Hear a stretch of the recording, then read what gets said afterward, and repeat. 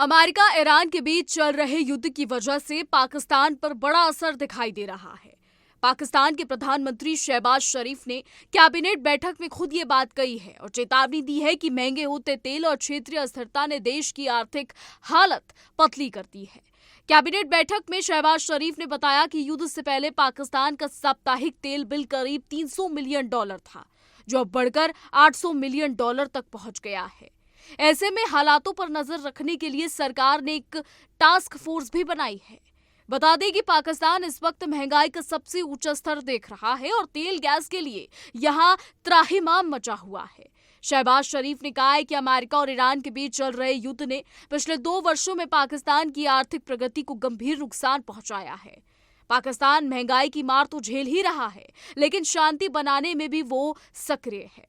शहबाज शरीफ ने बताया कि इस्लामाबाद में अमेरिका और ईरान के बीच बातचीत कराई गई, जो 21 घंटे तक चली। इसके बाद दूसरे दौर की वार्ता हो ही नहीं पाई। फिलहाल संघर्ष विराम बना हुआ है और पाकिस्तान किसी भी तरह से वार्ता को फिर से शुरू करना चाहता है।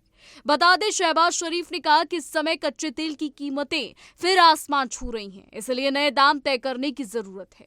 उन्होंने कहा कि स्थिति काफी चुनौतीपूर्ण है, लेकिन सामूहिक प्रयासों से हालात पर काबू पाने की कोशिश जारी है।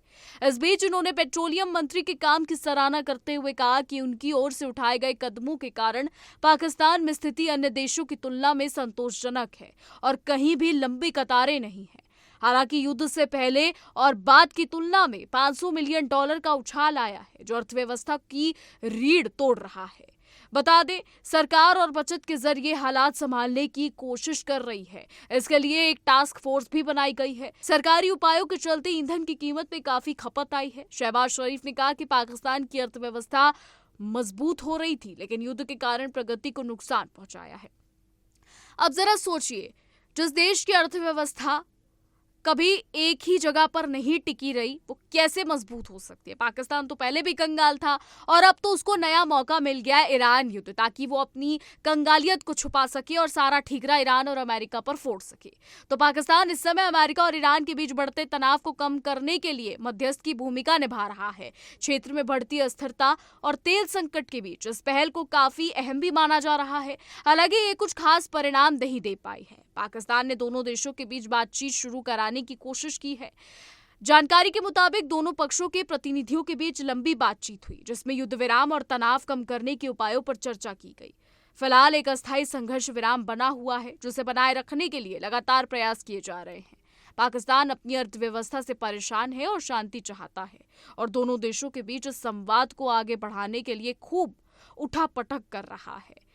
शहबाज शरीफ ने यह भी बताया कि ईरान के विदेश मंत्री के साथ संपर्क में रहकर आगे की रणनीति पर काम किया जा रहा है। तो कंगाल पाकिस्तान ईरान और अमेरिका का युद्ध तो सुलझाना चाहता है, लेकिन अपने देश के युद्ध को पाकिस्तान सुलझाने को तैयार नहीं। अफगानिस्तान के साथ लगातार पाकिस्तान की झड़पें हो रही है। टीटीपी के लड़ाके लगातार पाक चौकियों पर हमले कर रहे हैं, वहीं पाकिस्तान भी टीटीपी के लड़ाकों पर ताबड़तोड़ हमले कर रहा है। लेकिन दोनों देश, अफगानिस्तान और पाकिस्तान, युद्ध को सुलझाने को तैयार नहीं है। लेकिन शहबाज शरीफ और उनके पसंदीदा army chief Asim Munir Iran और अमेरिका के बीच में युद्ध सुलझाना चाहते हैं। तो यानी अपने गिरेबान में झांकना नहीं है, लेकिन दूसरों की लड़ाई में जरूर घुसना है। हालांकि पाकिस्तान की ये फितरत रही है कि वो कभी अपने बारे में ये नहीं देखता कि वो कितना गलत है, बल्कि दूसरों को गलत बताता है, बेफालतू की गीदड़ भपकियां देता है। वहां के हुक्मरान बेवकूफों वाले भाषण देते। बहरहाल ये तो पाकिस्तान की बात रही।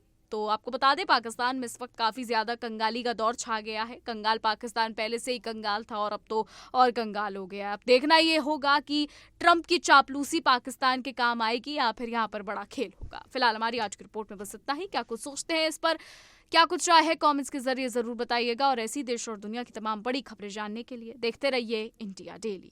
देखिए इंडिया डेली 24/7 अब आपकी स्मार्ट टीवी पर।